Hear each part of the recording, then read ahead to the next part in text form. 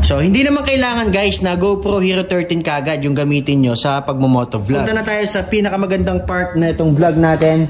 Kung magkano nga ba ang nagastos ko dito sa ating motovlogging setup. Welcome back dito sa ating YouTube channel. For today's video mga boss, tuturuan ko kayo kung paano nga ba mag-setup ng motovlogging camera sa ating mga helmet. So kung gusto nyo mag-start ng motovlogging mga boss, ito na yung video na tamang-tama sa inyo. So ito yung camera na gagamitin natin guys, ang latest ng GoPro, ang GoPro Hero 13 Black. So ito yung camera na ilalagay ko ngayon. Lahat ng mga kailangan natin sa pagmumotovlog sa helmet natin, andito na mga boss. So mga batteries, mga GoPro case. So lahat ng yan mga boss, ilalagay natin isa-isa dito sa helmet natin. At sa dulo ng video na to, sasabihin ko sa inyo kung magkano lahat ng nagastos ko dito sa setup natin na to. At kayo, para may idea na din kayo kung magkano nga ba yung magagastos natin pag nag-start na tayo mag-motovlog. So tara guys, let's go!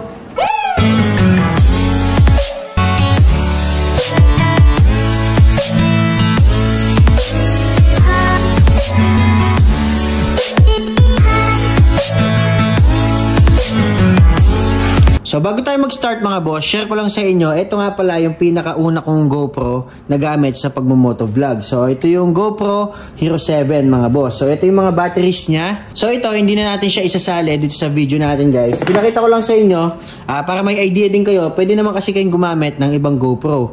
GoPro Hero 7 hanggang pataas, hanggang umabot kayo sa GoPro Hero 13. Okay, so buksan na natin to. Actually, nabuksan ko na to mga boss nung dumating siya, syempre. I-check ko. So ito na siya mga boss. Mamaya yung mga presyo nito sasabihin ko sa inyo isa-isa para may idea kayo guys kung magkano nga ba yung pwede nyo magastos kapag mag-start kayo ng motovlog. Pero hindi naman yun talaga yung exact kasi pwede naman kayo gumamit ng ibang mga cameras. Siya mga boss, meron siya mga manual, stickers, at eto siya guys, no? Hindi ko napapakita yung mga ibang accessories. So, alam nyo na yan, ito yung mga cord, pandikit, yung tornilyo niya, tapos ito guys, no? At ito yung mismong camera natin. Grabe guys, napaka-solid. Ito yung latest ng GoPro, GoPro Hero 13 Black. So, nilagyan ko na din siya ng screen protector mga bossing. Yan, medyo may bubbles pa nga dito. So dito guys, wala pa siyang screen protector kasi wala pa akong nabili. So start na tayo guys sa pagsisetup netong GoPro natin dun sa ating helmet. At sa helmet naman, kailangan yung bumili netong ating action cam holder. So may iba't ibang klase neto guys. Ito, mura lang naman to, nasa 200 pesos lang to. So nilalak lang siya mga boss dito sa ilalim. Yan, pero meron kayong mabibili na ang dinidikit na lang dito sa chin ng helmet natin. So, doon na tayo sa cage natin para mailagay na natin yung ating GoPro. At ito pa yung isa sa pinakakailangan natin, yung GoPro case natin mga bossing. Ayan. So, buksan na natin to. So, ganito lang siya ilalagay mga boss. Ilalagay nyo lang yung GoPro natin. So, syempre, kung ano yung GoPro ninyo, hanap kayo ng case na sukat sa binili nyong GoPro. Kunyari, ito guys, meron kasi yan eh. Ito, pang GoPro Hero 13 talaga. So, ilalagay na natin siya dito. Yan mga boss. Tapos, ilalak na natin. At ito na kaagad guys, yung itsura ng ating GoPro Hero 13 na may cage. So, nagtataka kayo kung bakit meron siya dito sa ilalim. Ito yung isa sa pinakakailangan natin mga boss para maging malinaw yung boses ng ating mga motovlog, yung mga videos natin kapag ka nakasakay na tayo sa mga motorcycle natin. So, ang gagawin lang dito mga boss, ipapasok lang natin to dito. Yan, papasok lang natin siyang ganyan. Tapos, eto guys, bubuksan natin to. Yan, bubuksan natin yan. Pwede natin siyang tanggalin. At kung mapapansin nyo guys, yung cage natin kanina, meron siyang free ganito. So, bali dalawa na sila mga boss. Itong free guys, meron siyang butas. Sakto siya dito sa mic natin. So, ilalagay natin siyang ganyan. Yan. So, naka-close na siya, pero open yung lagay natin ng mic. So, ang kagandahan dito guys, gaganyanin mo na lang. And guys, no? Meron tayong mic. At mic adapter nga pala guys, sa tamang term, etong nilagay natin na to, mic adapter. So, kailangan yan. At ito naman guys, yung binili nating mic. So, yung mic natin mga boss, meron na tayo dito sa ating helmet. Ito siya guys, nakalagay na siya. So, ipapaikot nyo lang ganoon. Tapos, yung mismong mic natin guys, andun siya sa loob. Asan na ba yun? Yun mga boss, yung may ano na yun. Yun yung mic natin guys. So bali ito yung sasaksak dun sa ating mic adapter natin. So bali ganito siya mga bossing. Yan, ito yung mic adapter, ito yung mic. So yan, bali nakaganyan siya mga boss. So ngayon ilalagay natin siya sa helmet para mas makita nyo siya ng mas maayos. Okay, so ang gagawin natin, tatanggalin natin to. Pag bibili naman kayo ng GoPro guys, meron na kagad siyang libreng ganito. So ilalagay na natin siya dito. Yan.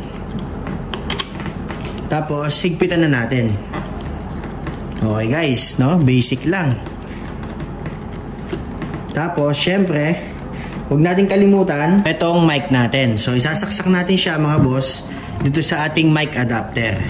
So bali ganito na guys yung ating setup. Basic lang mga bossing. Basta ang bibili nyong mic is dalawa dapat. So isa sa helmet nyo, isa naman kapag ka naglalakad kayo mga boss. Ito, kunyari syempre tatanggalin nyo to sa helmet. Meron pa kayong extra mic para hindi nyo natatanggalin yung mic nyo dito sa mismong helmet ninyo. So ito siya mga boss. Yan guys, tignan naman, napaka-solid ng setup natin ngayon guys. So hindi naman kailangan guys na GoPro Hero 13 kagad yung gamitin nyo sa pagmo-motovlog. Pwede namang 7, 8, 9, 10, yung mga ganon. So same lang naman ang setup nyan guys, nagkakatalo lang talaga kung magkano yung presyo ng mismong GoPro natin. Pero yung setup, mic adapter, same lang yan mga boss, parehas na parehas lang yan. At eto pa guys, ipapakita ko pa sa inyo yung kailangan nyong bilhin. Eto pa mga boss, ang isa sa pinaka-importanting bagay kapag ka nagmo-motovlog kayo. Mga extra na battery na may kasamang charger. So ito siya mga boss, open natin. Ito guys, legit na GoPro ito. Yan, so dalawa ng battery yung binili ko. Pag bibili kayo ng GoPro, meron siyang kasamang isang battery. So ito, bumili na ako ng dalawa na extra. Tapos, syempre yung charger niya mga boss. Yan. Ito yung charger niya. Tapos, ito yung dalawang battery natin. Pag mag-charge tayo, lalagay lang natin ganito. So bali yung battery ngayon guys ng GoPro Hero 13 ko is 3 na yung kanyang battery. Yung GoPro Hero 7 ko naman is 6 na yung battery. Ito na siya mga boss. Yan, ito yung mga battery niya. Bali sa 7 to guys, GoPro Hero 7. Ito mismo yung sa ating GoPro Hero 13. Ano pang kailangan natin pag magmo-motovlog tayo? Syempre dapat meron tayong lagayan ng camera mga boss. So ito siya guys, GoPro bag, Telesin.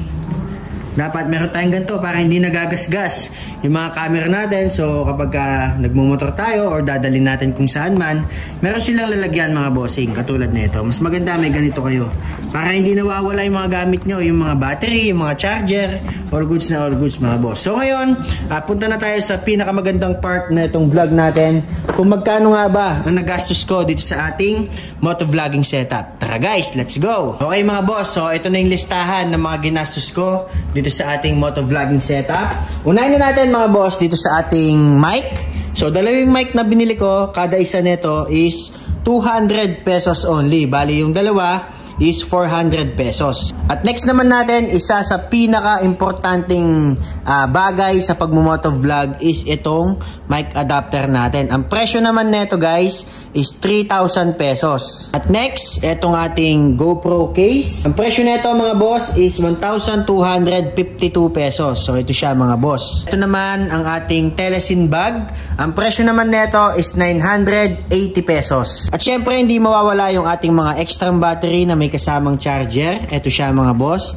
Ang presyo naman nito guys is itong set na to guys dalawang battery tsaka charger is 6,129 pesos. At yung pinaka-last natin syempre yung ating GoPro Hero 13 mga boss. So nabili ko to guys, ang presyo niya is 22,016 pesos. So yun mga boss no, bali ang total natin dito sa ating motovlogging setup is 33,847 pesos. At ayun, may idea na kayo kung magkano nga ba yung pwede nyong gastusin kapag nag-start na kayong mag-setup ng motovlogging camera sa mga helmet ninyo. Pero hindi naman yun talaga guys yung price kasi pwede naman kayong bumili na itong ating GoPro Hero 7. Alam ko may mga nagbibenta nito nasa 8K to 10K mga boss. So yun guys, pwede na at bilhan nyo na lang ng mga extra na batteries. Tapos mura lang naman mga boss, itong mga mics natin 200 pesos lang.